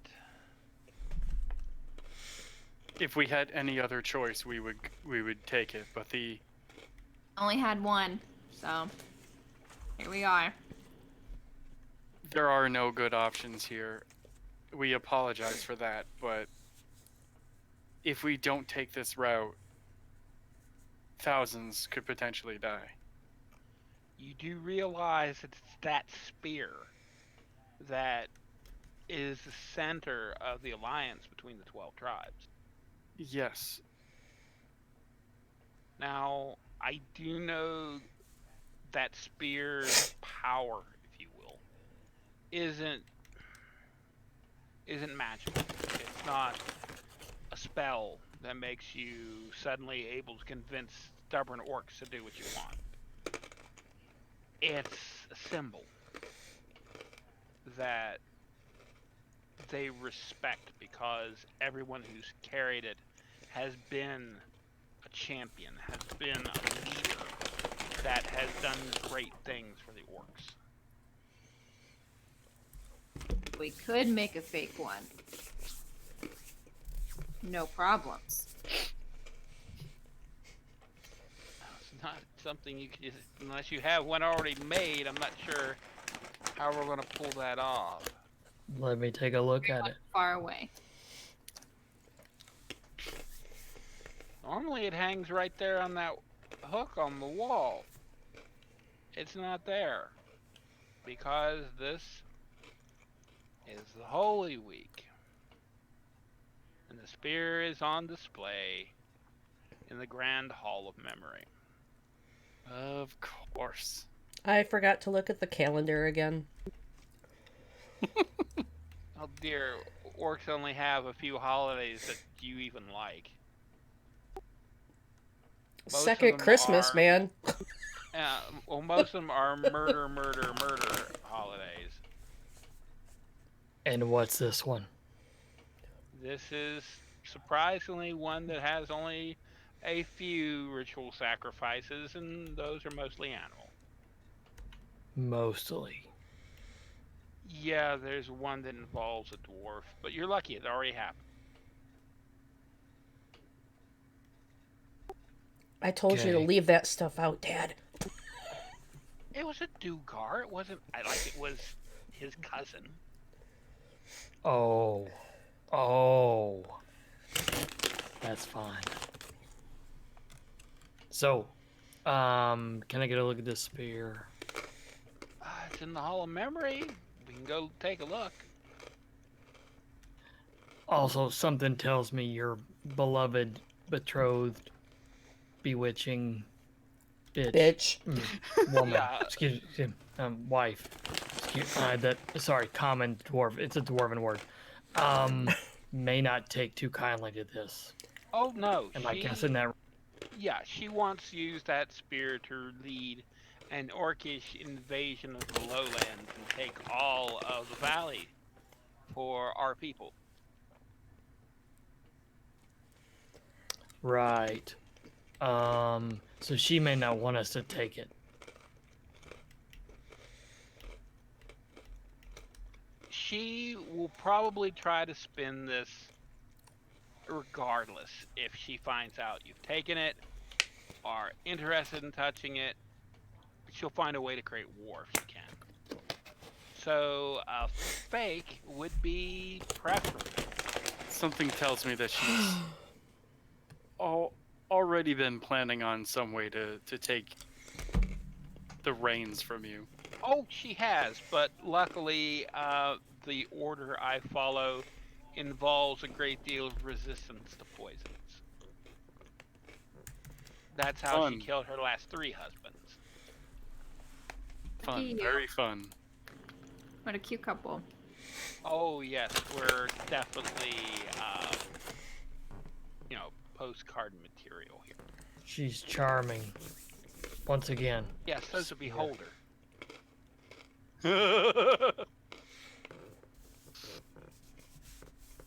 So, this way, let's see if we can avoid most of her people. He guides you out a back door, down a narrow alley, tells the goblin servants to be quiet, and you see him literally pay them to do so. And you go out into the cold, across a narrow alley, up a flight of stairs, down 2 flights of stairs, through a tunnel, up another flight of stairs, into the Grand Hall of Memory. Oh, I feel like we're back in Iron. Yeah, and these are not.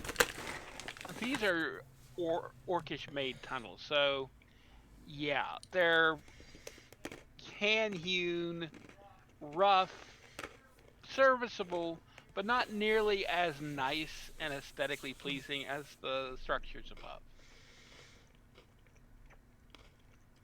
But the Hall of Memory is a lot like a giant trophy room. You see skulls of dragons that have been carved and etched on. You see tapestries of orcish conquests, of uh, moments in orcish history where they were champions, and some that have been spun to them being champions. There are weapons and shields and armors hanging on the wall, standing on the floor, but in the center, on a large dais, floats in dim light Alcarg, the spear, the elf destroyer. It's roughly an 8 foot long, entirely metal spear. The head has hooked barbs. The head is serrated. It is a broadleaf head. There is bars across the below the head, clearly designed to keep enemies from running up the spear after being impaled. It is a weapon of war designed for one purpose, and that is to skewer and kill elves. All metal, you said. Yes, it looks. Actually, No, no, no, no, no! Don't be taking that back on me now. No, I'm not going to take it back. I'm going to have you roll something. Now, you Okay. have proficiency in smith tools, I take it. Sure. Yep, right there. Okay, then give me a roll for smith tools. I don't know what that is. Smith tool rolls. Okay. Just give me, hold on. It would be your strength bonus plus your proficiency bonus.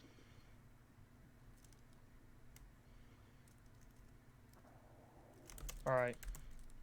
Strength is +3. Proficiency bonus is +2. So let's roll the die and see what. Yep. D20 plus 5.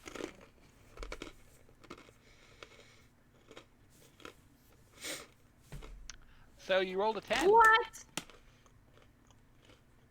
Okay. What had happened was,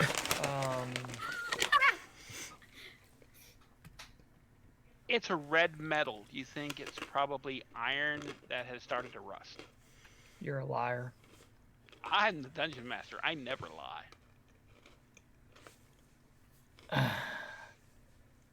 So, good news, bad news. The good news is because it's all metal, I can make a copy of it. The bad news is I'd probably have to, like, it'd have to be part of the process. So I'd have to take it because I don't recognize what that is. That it looks like iron that's rusted, but that damn weapon, that thing's not gonna rust. It's got Rust-Oleum all over it. It ain't rusted. Augur says that's not iron. What is it? It's blood silver. It's from a distant realm. Can you counterfeit blood silver? I Well, doubt let's just it. look. Yeah, With I'm not. rusted iron. So, Artisan's Blessing, I could create simple items. I could conduct an hour-long ritual that crafts, it says, a non-magical item that must include some metal. So I understand anything I include would not be a magical version. Completely get that. Creation is completed, blah, blah, blah. The ritual can create a duplicate of a non-magic item that contains metal, such as a key, if you possess the original during the ritual. Okay. You might be able to pull this off. Can I aid with anything like forgery wise or not really? It would definitely help. However, Augur brings up the fact that it can't be not seen. So, Nesh, do you have some type of illusion that can make it appear there?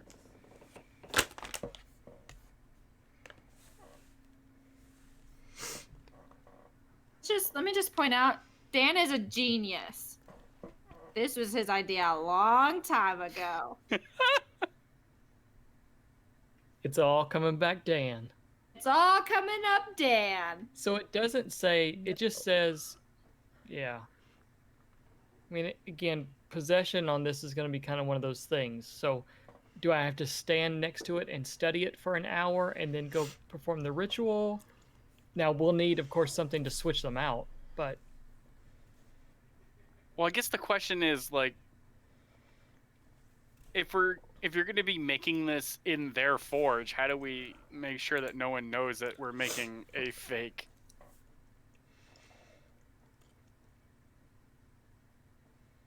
Like, we got this secret project. Don't worry about it. Don't look under here. Don't look under here. They are rather busy at the moment, considering they are celebrating. There's probably nobody at the fort. She says, Dad, you know I'm not an illusionist. That doesn't mean you can't have one, can't you? No! Fire good, illusion bad. I can't believe your grandmother lets you out of the house without at least an illusion spell. You know how much she loves those things. She doesn't know how I roll. He puts his hand to his forehead.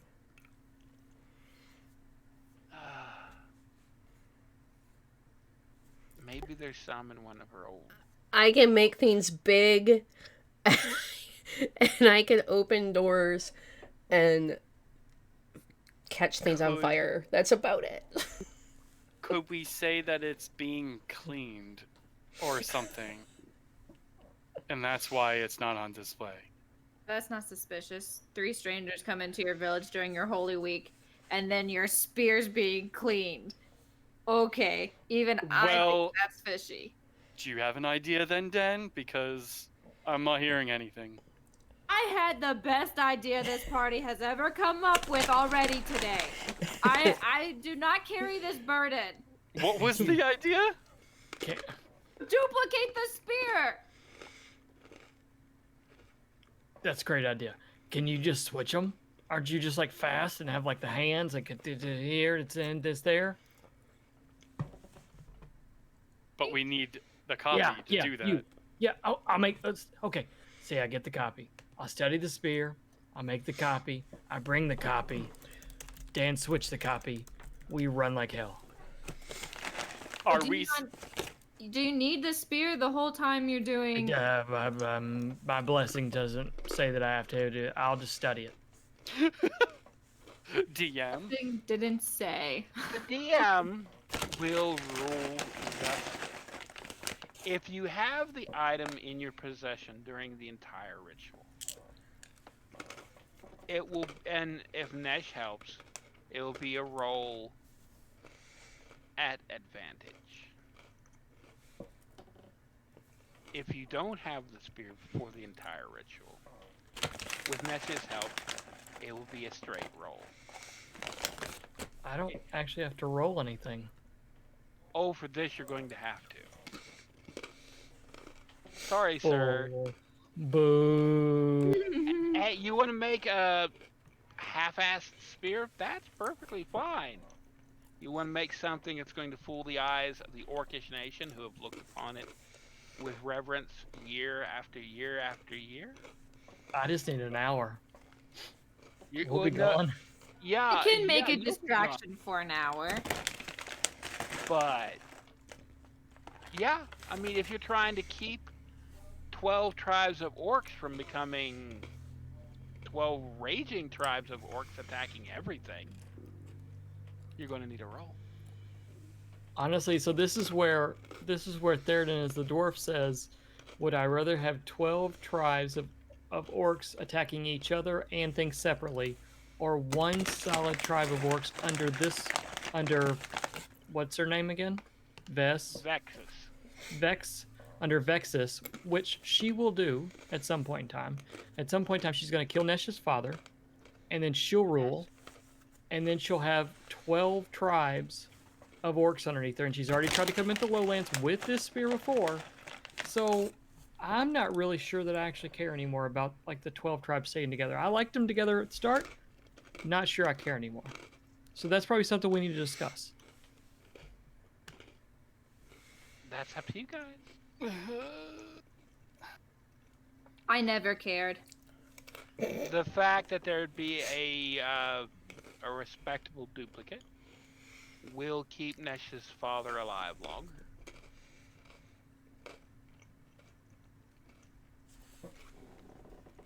Will let him stay in power longer. Because if that spear goes missing now, he has two choices. Declare war on everybody. Or run. And he can't run. Like, What if we find a way to frame this Vexus? You can also try that if you would like. I think if it's gonna be really difficult to make a copy, that will probably be found out eventually anyways. Framing this woman who's trying to kill Nesh's father would probably solve two problems. It probably would. Would Nesh know Can't be one of us. Yeah. Obviously.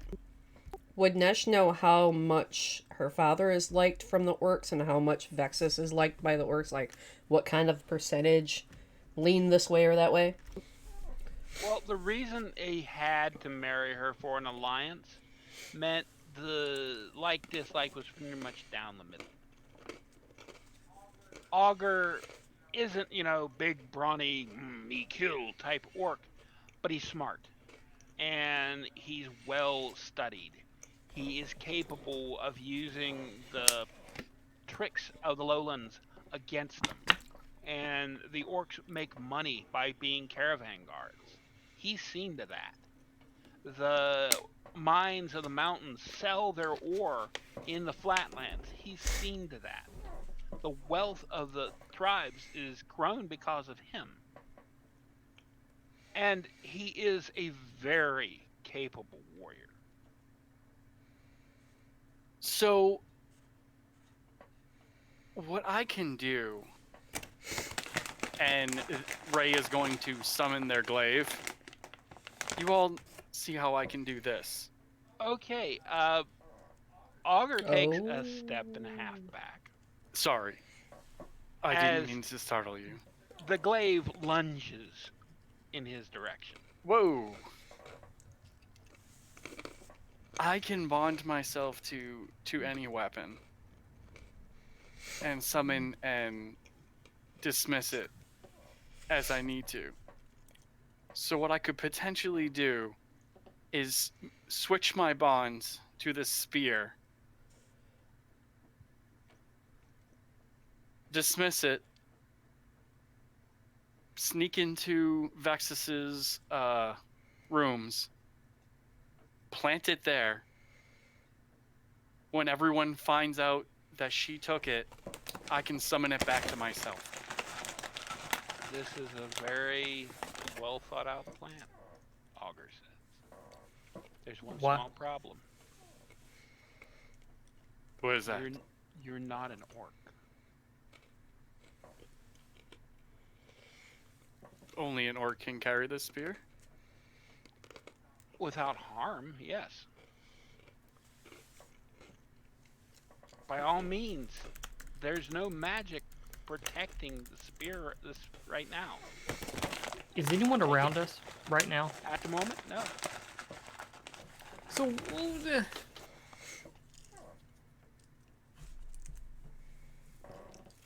You could take it right now and run for it. There's nothing stopping you. But that would put you in dire straits. I will probably be dead before dawn. so I could also make the fake copy, and we could plant that in Vexus. Above. Yeah, everybody will think that she had this fake and was going to replace it and then claim the real one. Yeah. That would also be a good plan as well. I like that one. Dan, you could use your sneaky skills to plant the copy.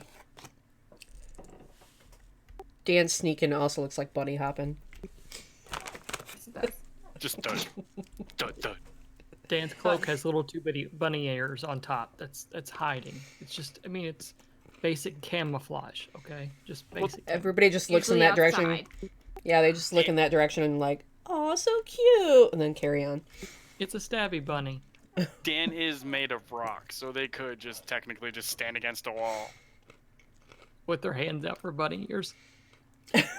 Okay, what are we doing? I like the copy idea. If I can't hold the spear, then my plan does not work. Couldn't, yeah. Well, if you hold on, so No do you more have to hold it to bond to it? Yes. I have to hold on to it and perform an hour-long ritual. Yeah, you'll be dead. You'll be dead. They're gonna unsummon the glaive, by the way. It takes extra mental effort to put it away. It wants to kill. The orcs have enraged it. Shh, not now. It goes away, but there is a growl in your head. You'll taste blood later. Ray's talking to themselves again, guys. I'm worried for them. I'm sure the captain's okay. Captains keep their own counsel. You're right, Nash. You're right. I like that. Okay. Yes, Lady Nash. Okay, so Augur sort of pipes up. You're going to make a copy of it, and then plant that on Vexus. Correct? Do you That have the power to oppose her? I have the power to oppose her. Keep in mind, we are nearly equal in support from the 12 tribes. I provide commerce. I provide wealth. I provide a race that has never known it. And that's affected a lot of people. But the hardliners who believe that, groomish war kill good have have a lot of support, and Vexus invokes that in them. They call her the War Bride. Good name. If I didn't have to marry her, I wouldn't have. The woman is painful in bed. Snoo snoo. Gross! Dear, you're old enough to understand this. Yeah, but I don't want to picture it. Ugh. Be glad I'm a monk who has skill in evasion, otherwise.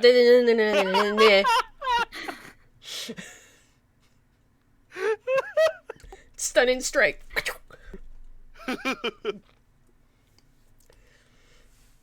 Regardless, Kinky. our children, I'm pretty sure most of them aren't mine. Because I'd be dead if I'd laid with her that much. So it's her fault we're having all girls. And I firmly believe that is your grandmother's doing. Why, I don't know. She's a petty woman. Can we just fast forward this conversation to where it's not gross? She hexed your member. She hexed your. I think she hexed this area, actually. That area in particular, just that area. Yeah, we'll go with that. Okay, so we're going to make a copy of this sphere. Thank you for the Let's copy it segue. Let's get on that. Okay. So, I understand the ability does not require you to make a roll. And you can make it, that's not a problem. But you have to make it look convincing. It has to be a counterfeit. The best you can make. So for that, Theoden is going to need to make a roll. Now, Nash is going to help you. You'll have the spear with you when you do this. So it's going to be at advantage. And normally, while it would be strength for smith tools, in this respect, I'm going to allow you to use both your strength adjustment and your wisdom adjustment, as well as your proficiency in the skill. All right, so strength is 3, wisdom's 2, and proficiency is 2. I So would also plus 7. like to cast guidance on myself. That's a D4. Good thing you have wisdom that's not a negative modifier. Yep. Like me. If I was a cleric and had a wisdom with negative modifier, I would probably right. rethink this. You never know. So, All right, so that's let's a plus do 7 plus a D4 plus a roll 20 at advantage. So I'm gonna roll the first d20 plus 7. Let me see. Here. Mother Oh dear of God. Pearl. Oh no. Yeah, okay. So the plus 2 goes on the 12, so that's 14. Okay. It looks good. It is exactly 8. Do you have any inspiration that we didn't spend? I don't believe he does. Hey. No, it's not my roll. So, it looks good. It'll pass visual muster. The good news is, for our plan to work, it doesn't have to be a perfect copy. True. But it's very fragile. It's Okay, not but- as strong as you would like it to be. Got it. Oh, it's not. So can we use that to our advantage? What if I challenged Vexus here and she grabbed the spear and broke it in front of all the people. That would be bad, right? That'd be very bad. You think she Maybe. would take it? If it's the only weapon here, yeah. Or she take you Nesh. just make yourself get thrown into it. Fault. Nesh could challenge her. I feel like in a challenge, even if she broke the spear, she would still kill you. But once she broke the spear, what would happen? She's got really Then- meaty hands. I Then think he she- could cry. Then he could cry foul that she broke the spear and it broke everything, and it would be over. Would Then everyone the 12 believe? tribes would fight. Would everyone believe that a magical spear could break, though? It broke. It's not technically magical. It's old. It If- has to have magic properties. It is a magical weapon, Augur says. It's just not an artifact or a relic. Yeah. I could make it magic for an hour. He nods. All right. This might work. Plan Z. This is Plan Z.2.3. This is way down the list. Yeah. I mean, Yeah, this Doing is good. this is a Hail Mary.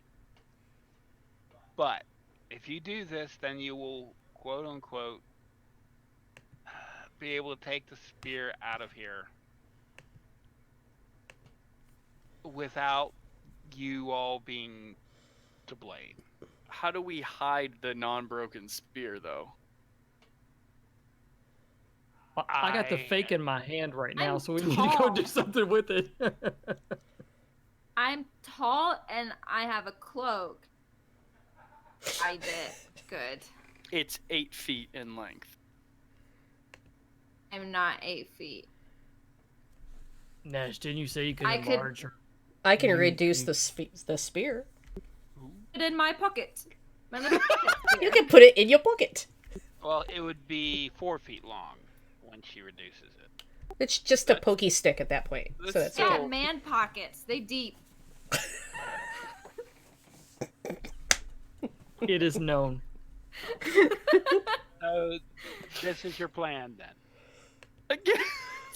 I, fuck. Yeah. So, Shrinky spear. okay, Put it in the so, pocket. yeah, we shrink that one. We take this Wrap one, it put it up. over there. You call a council real quick and say that Nesh has something that she wants to announce. Nesh challenges Vexus. She was already mean to you today. Hit her. Yeah, we just hope that Vexus doesn't kill Nesh in the first hit, and then we walk away. How Nothing about- bad could happen. Is his name Augur? Yes. Augur. Okay, so Ray will say, excuse me, Augur. Are people when they challenge allowed to select someone to fight for them? That doesn't normally happen in our society, but it has happened more often in recent years. We So- need Nesh to make her super mad, so she grabs the spear. Yes, Nesh can challenge, and I will fight in her place.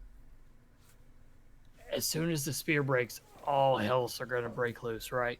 Right. Pretty So much, yes. she's not gonna kill Nesh with one hit. Maybe. I'd rather There's a good Yeah, chance. I'd rather be the one who takes the damage than Nesh. I'm gonna cast Warding Bond on her. Wait a second. Wait a second. Hey, nobody brought up that I can't hold this spear. without We wrap it in a blanket. count? Yeah, you're not Yeah, it's holding the just spear, skin. you're holding the blanket. Yeah. Okay. Okay. You have Just- one job in this. One job, Dan, to hold the spear. Just Well, I make don't sure that you don't wanna stab die. yourself with it. I mean, my spell doesn't last very long, though. Oh, well, how long does it last? How long does it last? 1 minute. Oh, Okay, so you shrink. So we wrap it. You shrink it. I run. Yeah. Yeah. It's me. Hide that That's for shit sure. somewhere. oh. By the Hide way, it. how are we getting out of here? Grandma gave me a cookie. That's all I know. I don't know if it's just a cookie. Where are we exactly? You're in Ilvanol's Fist, which is roughly about 90 miles from Iron Gate. Do I know the secret words to turn on the portal, the teleportation circle? Yeah, you can do that. You can try that. What about the dogs? The big puppy dog. Don't you have like some pets that you cuz we could get out of here on that. I'm sure we could feed I him don't some think like I could. beef jerky. Why? Why couldn't you, Dan? Are you allergic? Pet dander? What? I'm very big. Those orcs are 8 foot tall and probably weigh like 400 pounds. You'll be okay.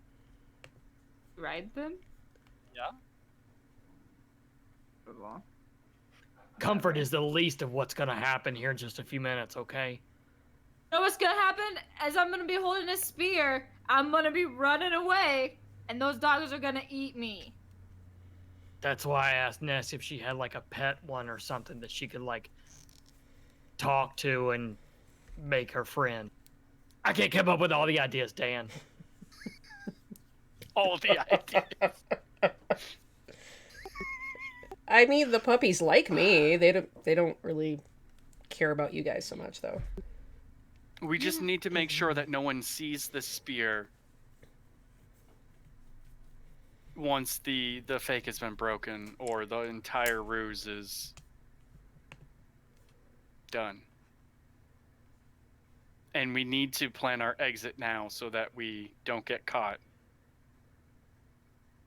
Well, it sounds like you have a semi-exit.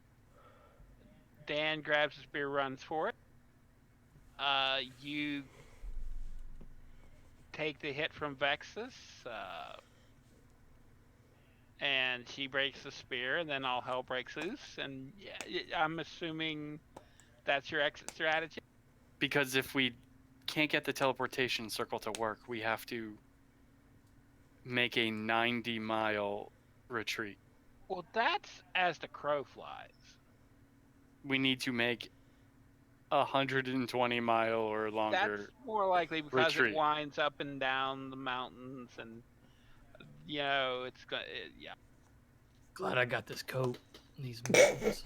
How far away from the exit are we now?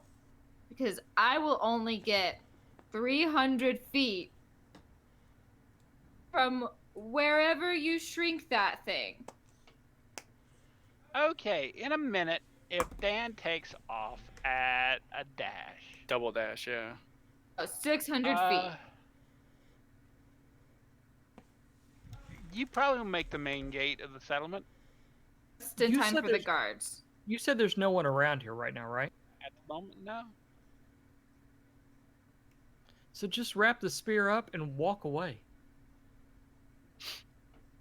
They Put might it be- where? they It's might- 8 I'll feet tell you where to tall. put it. I've got an idea right now. She can't just walk, or he can't just walk around town. Like, there's gonna be other, like, people out there. And what else here is 8 foot tall? And that shape. The orcs. Make me. Oh no, it's still a minute. Also, there will be more questions. Thought your friend was taller.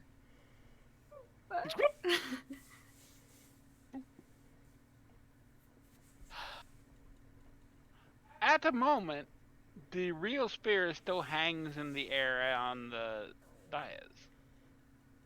Nobody's touched it yet.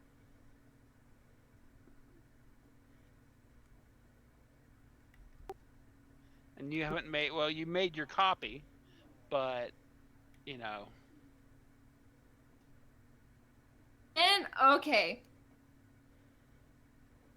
Oh no, we don't have any illusion magic. Sorry. Can copies. I could, if it weighs at least 5 pounds, I could catapult it 90 feet, but that's all I got. Okay, your bond. Can you not touch it through the cloth? We're being creative here. I don't know. I think that's up to the DM. We'll Also, have to see. second question. Held the spear, your little ritual, but at the same time, Nesh held the spear. Then maybe it won't want to hurt anyone. Well, Nesh Dude. is of orc blood. She can hold the spear.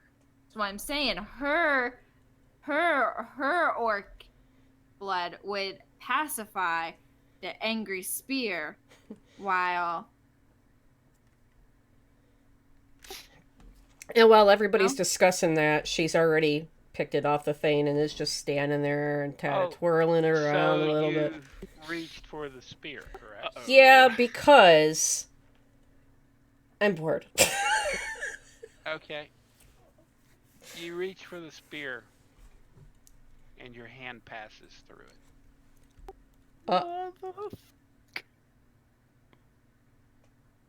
And this is where we'll bring it close for the day. Son of a...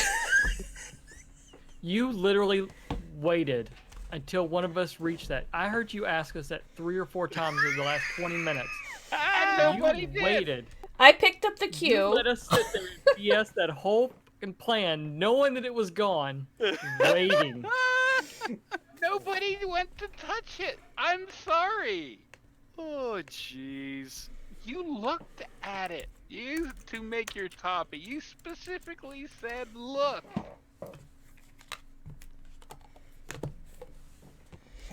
I had But- no words. Son of a bitch!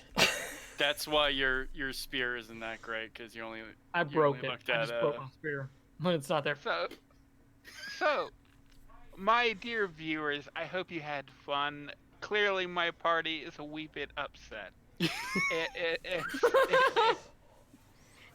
But I'm sure they will recover by next week when we find out what they do about the missing spear kill that lady. That's for dang sure. in She our has it. TDK's Iron Heroes. But before we leave, I would like my party to introduce themselves again. Laura, could you please introduce yourself and where you'll be in the next week? I'm Laura, and you can find me on Twitter at HuttonButton14. And I'm in a podcast called Fate and the Fable Maidens. It's pretty tight. It's family friendly. D&D. Pink and purple. And actually, next episode, get a glimpse of a new friend. It's gonna be good. Because it's gonna get real good. Alrighty, thank you, Laura. Nathan. What's going on, everybody? I'm Nathan, not another Nate on Twitter, and working on a couple things still in the works. Going to be on Morty's Devils on Phantom Row Booth on Friday nights. Coming up here in a while, it's kind of a rotating schedule of people. Rich is in it as well, and then Abby is in it as well. Abby's missing tonight, but she is in it as well. Several other people. Gonna be doing a rotating schedule of streaming with them. Also working on a podcast myself. It's not released yet, but it's going to be here soon. And working on a couple other things here in the works. So again, hit me up on Twitter at Not Another Nate if you have anything to say about this game and how our brilliant plan that we hacked together with Twigs and Spit Much care. was foiled by an illusion. But we, not bitter at all. It's okay. We'll be fine. Rich, could you please carry on from that lovely statement? Yes, I'm Rich. You can find me on Twitter at Quixotic. That's Kwiksotic. And like Nathan said, um, 2 Fridays in June I will be on Morty's Devils, and this coming Friday will actually be one of the episodes that I wrote that people will be playing. I won't be on it, but I wrote the adventure, so I'm excited for that. And then you can also hear my voice in the Fangirls podcast. It's about a group of ladies who are excited to try to get a sneak peek at Episode 9 of Star Wars. So it's good stuff. Excellent. Amy, could you tell us where you'll be in the next week? Hi. For the next week, I will just be here again. At the Great Hawk channel. You can find me on Twitter at Bloody Jackal, Instagram at Bloody Jackal. I do a lot of crafty stuffs that you can take a peek at. And that's really it. I mean, I'm in the podcast that Nathan is working on also, as well. Excellent. And I am Lee Kim, the Learned, the much reviled dungeon master at the moment, it seems. And you can find me here on this channel every week. You can find me in Discord all the time, and occasionally one shots hither and yon. So, people who have watched and stayed through all of this, thank you. Please tune in again next week when we see what happens about the missing spear. My dog A is good- upset. Look at him. Look at my dog. You upset my dog. I personally appreciate a good prank, so Well, there we go. Everyone have a good evening. Suck up. Everyone. hey, if you guys stop calling me Captain. All right, Captain. Aye, Captain. Aye! Oh, you bastard. Thanks, everybody. Bye. Bye.